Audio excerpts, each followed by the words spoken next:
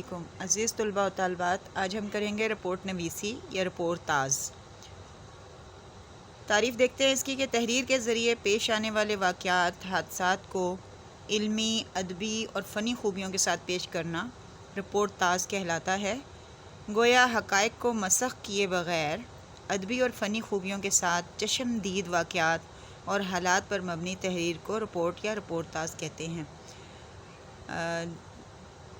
Students, یہ جو ہے کسی دفتر کی کارروائی بھی ہو سکتی ہے، کسی گھریلو تقریب کی روداد بھی ہو سکتی ہے، اور کسی علمی اور ادبی تقریب کی روداد بھی ہو سکتی ہے۔ اس کو فنی خوبیوں کے ساتھ پیش کرنا جو ان سے ہے نا رپورٹ لکھنا کہلاتا ہے۔ اور یہ وہ تمام واقعات ہوتے ہیں یا حالات ہوتے ہیں جو آپ کے سامنے پیش آئے ہوں اور آپ ان کو آنکھوں سے دیکھا ہو، تو اس کو ہم رپورٹ یا رپورٹ تاز کہتے ہیں۔ اب رپورٹ لکھنے کے لیے جو ان سے ہے نا کچھ اصولوں کو جاننا بہت ضروری ہے کہ رپورٹ نویسی میں چند اہم باتوں کا خیال رکھنا چاہیے۔ مثلاً مقصد کا تعین۔ رپورٹ لکھنے سے پہلے اس کا مقصد واضح ہونا چاہیے کہ رپورٹ کس مقصد کے لیے لکھی جا رہی ہے۔ پھر موضوع کی وضاحت ہونی چاہیے کہ موضوع واضح ہو اور متعین ہونا چاہیے تاکہ اس میں بیان کیے جانے والے حقائق سے تعلق رہے۔ حقائق کا درست بیان ہونا چاہیے۔ رپورٹ میں پیش کیے جانے والے تمام حقائق درست اور مستند ہونے چاہیے۔ اگلا اصول ہے کہ متعلقہ معلومات کا حصول۔ موضوع واضح ہو اور اس سے متعلق تمام ضروری معلومات جمع کرنی چاہیے اور ان کا درست تجزیہ پیش کرنا چاہیے۔ منظم انداز۔ رپورٹ کو ایک منظم انداز میں پیش کرنا چاہیے، جیسے تعارف، تفصیل اور اختتام، تاکہ پڑھنے والے کو آسانی ہو۔ رپورٹ کی زبان سادہ، واضح اور آسانی سے سمجھ میں آنے والی ہونی چاہیے۔ رپورٹ مختصر ہونی چاہیے اور غیر ضروری تفصیلات سے گریز کرنا چاہیے۔ رپورٹ میں تحقیقی انداز اختیار کرنا چاہیے جس میں حقائق کی چھان بین اور تجزیہ شامل ہو۔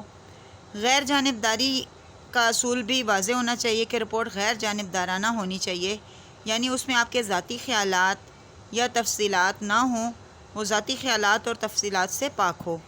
منصفانہ انداز ہونا چاہیے۔ رپورٹ میں حقائق کو غیر جانبدارانہ انداز سے پیش کرنے کا پہلو نمایاں ہونا چاہیے۔ اس میں کسی کے ساتھ کسی تعلق کی وجہ سے کوئی بات نہیں ہونی چاہیے۔ تو عزیز طلباء و طالبات، جب ہم ان اصولوں کو مد نظر رکھ کر کوئی رپورٹ لکھتے ہیں تو وہی صحیح رپورٹ نویسی کہلاتی ہے یا رپورٹ تاز کہلاتی ہے۔ اس میں ہم نے اس سے پہلے اس پر ہم نے جو مشق کی تھی اس میں تھا سڑک پر گزرنے والا حادثہ، ایک سالگرہ کی تقریب، اور دلچسپ سفر کی جو روداد تھی وہ بھی اس میں شامل ہو سکتی ہے، یا پھر اسکول میں ہونے والی نعت کی محفل، یا پھر قرأت اور نعت کی محفل کی جو ہے رپورٹ آپ پیش کریں۔ تو اس طرح کے تمام موضوعات جو ان سے ہیں رپورٹ کے لیے لکھے جا سکتے ہیں۔